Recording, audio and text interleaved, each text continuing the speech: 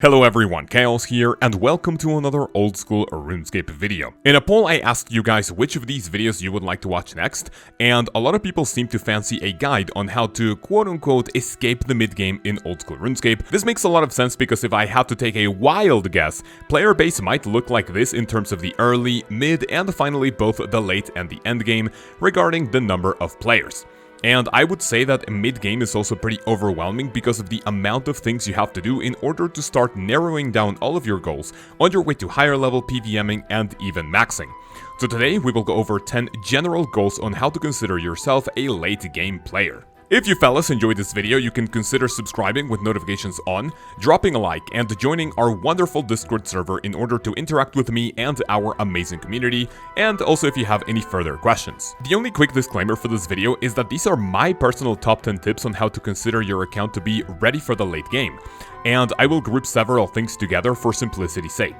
If you can't think of anything else that's useful for the mid-game, go ahead and let us know in the comments down below. That being said, let's begin. The first one is going to sound fairly inefficient for a lot of people, but there's a good reason behind it.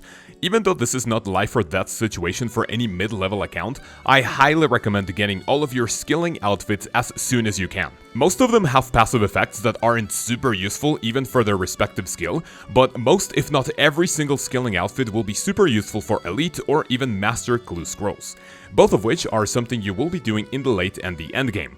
And if you have to pause your grind in order to get a skilling outfit for you to get 100k out of your master clue scroll, you might be in a world of trouble. Things like Full Graceful, Prospector, Angler, and the Lumberjack outfit, for example, are part of the Sherlock steps in the Master Clue Scroll category, and having them all early on will be incredibly useful. And of course, having them ready means that you will be able to use their benefits whenever you are skilling. For number 9, go ahead and mark full completion for Recipe for Disaster as a goal. You can't have a mid-game guide without the absolutely essential Barrows Gloves, and as soon as you complete this quest, you can consider yourself a mid-game player as we start grinding towards bigger goals. This is an incredible item to have, and it deserves its own spot, simply because it's pretty much the second best in slot pair of gloves for all three combat styles. Second only to the Ferocious Gloves, the Zerite Van Braces, and of course the Tormented Bracelet for melee, ranged, and magic respectively. For an item you get for 130 KGP, you cannot go wrong with adding these to whatever setup you are rocking in terms of combat for the mid or even the late game. If you have a relatively good amount of money, you will be ditching these for melee and magic pretty quickly, as the Ferocious Gloves and the Tormented Bracelet are not super expensive. But until you are able to wear and afford them, the Barrows Gloves will be your go-to glove slot item for a long time, and might even be your best in slot ranged gloves since the Zerite Van Braces are still fairly expensive. I can vouch for this as I don't have a pair yet, so your Barrows Gloves will stay in your bank for a pretty long time. Tip number 8 also has to do with quests, but if you have the Barrows Gloves, reaching this is not going to be as hard as it may seem. I highly recommend all, if not most, methods of transportation around RuneScape.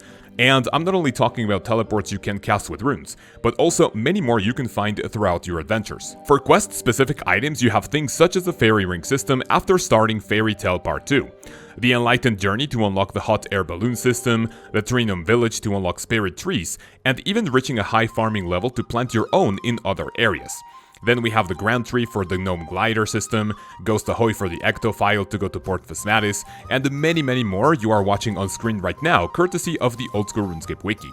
The quests are not the only useful things to complete for transportation, as you can also tackle the achievement diaries for items that will teleport you around the map a lot quicker. Items such as the Arty Cloak, the Desert Amulet, the Fremennik Boots, the Karamja Gloves, the Explorer's Ring, and again, pretty much every single diary item will offer great teleport around RuneScape, and even unlimited ones with the Elite version. Now, on the topic of quests, this next one might sound a little steep, but it's just what you need to open up the entirety of Gielinor.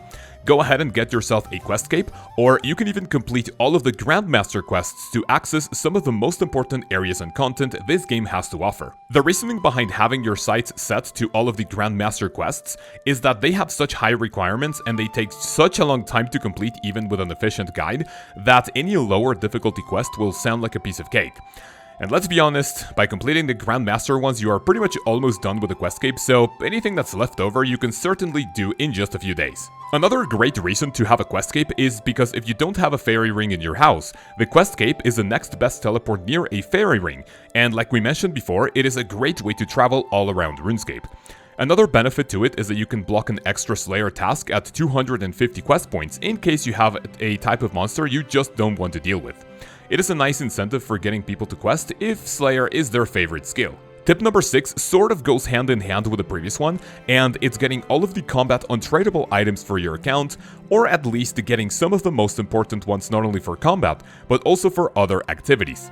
I made a whole video going over all of these items in greater detail, so for me not to repeat that entire video across different points in this one, I will touch on the most important ones right now. Once you reach level 100 combat, which I would also consider a necessity to escape the mid-game, you can start grinding full void and all 3 of the helmets. By completing the Hard Western Diary, you can also upgrade the set to Elite Void, and this gear is an absolute must for some late-game PvM items, especially for learner raids. The Fighter Torso is the 3rd best in slot melee chest item, and you can get it for free through Barbarian Assault, which I've also done a guide about. You also have things such as the Fire Cape, Av's Devices, God Capes, Mythical Cape, Cape of Souls, Rada's Blessing, the Arc Light, which is a great item to use against the demon-type monsters, the Dragon Defender, the Crystal Shield, the God Books, and much more. Like I said, all of these items are untradeable, which technically means they are free, and all you have to spend on them are the supplies needed to grind them out. So go ahead and check out that video if you need to.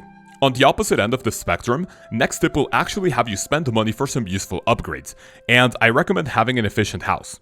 If you're an Ironman, this will be mandatory regardless since you can't use other people's houses. But even if you're a normie account, I heavily recommend upgrading your house to have some useful teleports around RuneScape. Technically speaking, you can get all upgrades at level 90 construction, but if you're not building a spirit tree and fairy ring combination, some of the most important pieces of furniture you want in your house are a portal nexus, a jewelry box, a fairy ring, a spirit tree, a Jerik's talisman, an unlimited dig site pendant, and even a mounted amulet of glory, just to mention a few. It is important to note that if you're an unrestricted account, you can go to other people's maxed out houses to use all of these great tools. But going to World 330 Remington Portal every time you need teleportation methods is a little inconvenient. So whenever you can, get some construction levels to upgrade your house to avoid those crowded spots. Tip number 4 is figuring out how to make enough money every day or every week in order to maintain your membership through bonds if you don't want to pay upwards of $13 a month on a 2007 version of a 2001 point-and-click medieval fantasy browser game for children. It seems like I have a lot of videos regarding these tips, but on the topic, I have a ton of money-making videos you can check out on my channel in order to help you figure out how to passively or even actively earn a lot of profit for that bi-weekly bond. Some of the most common ways to make money are farm runs, doing birdhouse runs every hour, completing your farming contract for chances at expensive seeds, buying your daily battle staves, doing AFK skills such as fletching and cooking, and the list goes on. If you're a brand new player just getting into the mid-game and you're worried about some of these methods not being sustainable long-term because they may potentially become irrelevant, don't you worry about it. Because of how the game works, some items will always be more expensive than others, which will always lead to profit even if the margins are kind of low. We begin the top 3 by having your sights set to late game gear for melee, ranged, and magic. Now, what do I mean by late game gear? Well, as it seems to be the theme for this video, I have a super useful gear progression guide for all combat styles you can check out after this video. In there, this is what you should be aiming for all 3 combat styles to consider yourself a late game player. You don't have to strictly copy it, but these items will do fine. Obviously, that gear is not going to be cheap, which is why this tip is going to be a 2-for-1. And in order to acquire that gear, you will either have to grind for it yourself by doing the respective activity or killing the respective boss, or making a lot of money to be able to afford them.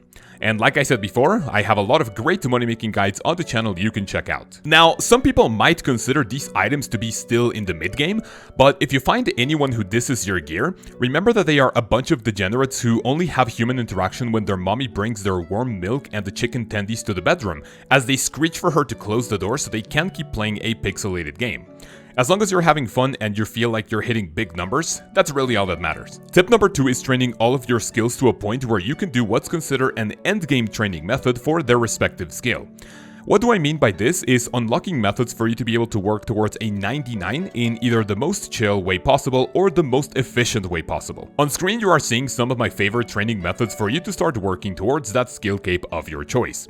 Things like 70 prayer for superior dragon bones, which are incredibly expensive but super fast, 80 magic for string jewelry with the lunar spellbook, 77 crafting for blood runes, 74 construction for oak dungeon doors, 92 agility for the final floor in the hallowed sepulchre, 95 thieving to stop failing RD knights pickpocketed with the RD diary, 84 crafting for black dragon hide bodies, and so on and so forth. Obviously, these are just some suggestions, and keep in mind that they are not going to unlock the full catalog of training methods, but they are what's considered to be the last activity to reach 99 in a chill or efficient way. For example, I said 77 rune crafting for Zaya blood runes, but realistically you're gonna need 95 rune crafting for wrath runes, which makes a lot more GP, but it's a little bit more click intensive, so the choice is yours. And finally, ladies and gentlemen, my number one tip to escape the mid-game in old school RuneScape, we will turn our attention to the achievement diary system. If you look at the skills needed to clear all the hard combat achievements, it honestly looks too similar to the requirements for a Questscape, so we are going to bump that up to the elite tier. As you can see, the requirements are a lot, and I mean a lot more difficult to achieve. But once you have these stats and are the proud owner of an achievement diary cape, you can officially say that you have left the mid-game behind. Or hell, even the late game, to be honest. Now, some people might disagree with this and say that the achievement diary cape might mean that you are in the end game instead of the late game, but quite honestly, levels like 85 or 90 mean that you still have over halfway to go in the skill of your choice. So you still have a long way to go in terms of completion. Once you have these stats, the only next goal is getting into some PVMing, and of course, maxing your account. Boys and girls, that's pretty much it for this video. Thank you so much for watching, and I hope you learned something useful. If you did, make sure to let me know what your favorite tip was, and go ahead and share this video with your mid-level friends in order to shine some wisdom upon them. I want to give a massive thank you to all of my channel members. You boys and girls are absolutely amazing, and your support honestly means the world to me.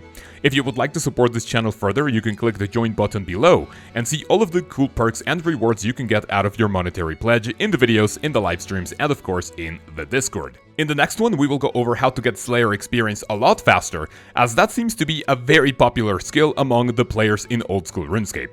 I hope you legends have a great week, and I will see you then. Peace.